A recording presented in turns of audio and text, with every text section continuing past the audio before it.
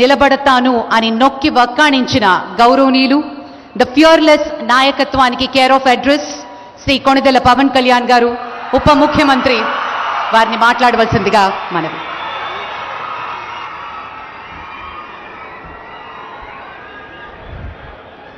ముక్కుసూటితనం వల్ల మంచి జరిగితే పర్లేదు కానీ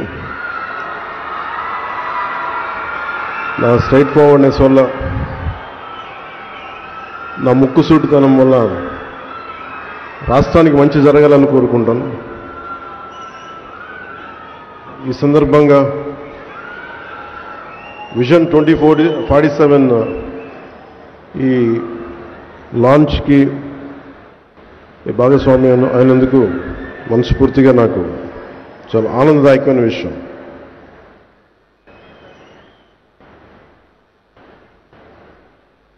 టీన్స్లో ఉన్నప్పుడు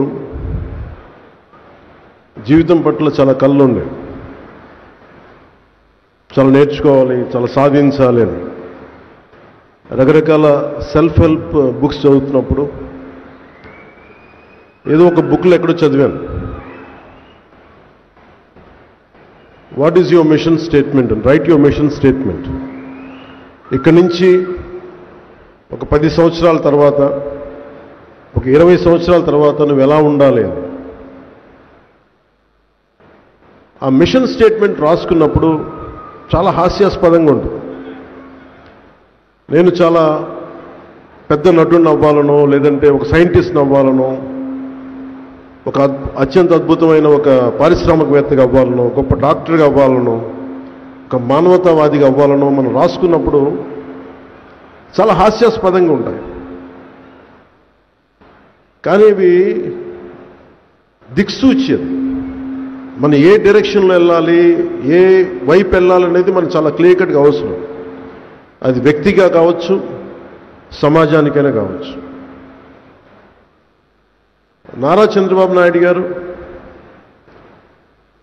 90s నేను హైదరాబాద్కి షిఫ్ట్ అయినప్పుడు, ఆయన ముఖ్యమంత్రిగా అయ్యి కొన్ని సంవత్సరాలు అయిన తర్వాత రోడ్ల మీద వెళ్తున్నప్పుడల్లా మాకు 2020 విజన్ స్టేట్మెంట్ అనేది ఎప్పుడు ఉండేది. ఆ తర్వాత కొద్ది కాలం తర్వాత హైటెక్ సిటీ అని ఒక బిల్డింగ్ కట్టారు. నేను డాక్యుమెంట్ కొంత చదివాను, కొంత నాకు నా స్థాయికి అది అర్థం కాలేదు. నేను నా ప్రపంచంలో ఉన్నాను, బయట ప్రపంచం నాకు ఇంకా తెలియదు. కానీ ఆయన తన కోసం కలలు కనలేదు, తెలంగాణ ఆంధ్రప్రదేశ్, ఉమ్మడి ఆంధ్రప్రదేశ్ కోసం కలలు కన్న ఒక మహానాయకుడు. ఆ రోజు కలలు కన్నప్పుడు చాలామందికి అర్థం కాదు. ఇక్కడున్న వ్యక్తుల్లో, చిన్నపిల్లల్లో కానీ ఎవరో ఒకళ్ళు ఒక 2047కి నేను ఇది అవుతానంటే ఈరోజు హాస్యాస్పదంగా ఉండొచ్చు. మనకి కాలానికి ముందుకెళ్ళి చూస్తే ఆ సాధించిన తర్వాత అప్పుడు ఈరోజు నీ మిషన్ స్టేట్మెంట్ విలువ అర్థమవుతుంది.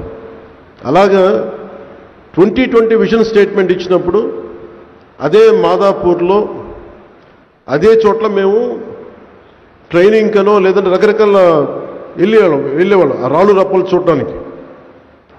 మేమందరూ రాళ్ళు రప్పల్ని చూస్తే ఆయన ఒక సైబర్ సిటీని చూశారు, ఇంకొక నగరాన్ని దర్శించారు.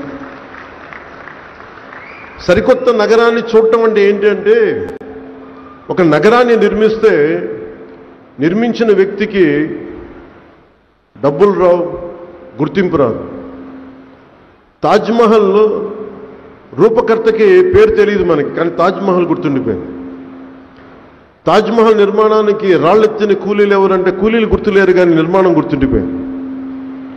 ఈ రోజున అన్ని లక్షల మందికి ఉపాధి కల్పించే సైబరాబాద్ కానీ, ఆ వచ్చిన బిల్డింగ్స్ కానీ, ఉపాధి అవకాశాలు కానీ, దాని రూపకర్త, దాని శిల్పి, దాని చీఫ్ ఆర్కిటెక్ట్ శ్రీ నారా చంద్రబాబు నాయుడు గారు.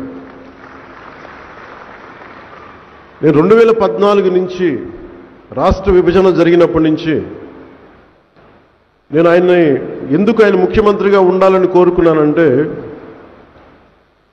పాలిటిక్స్లో సహజంగా రాగానే ప్రతి ఒక్కరికి ఒక స్వార్థం ఉంటుంది, నేనేదో అయిపోవాలని.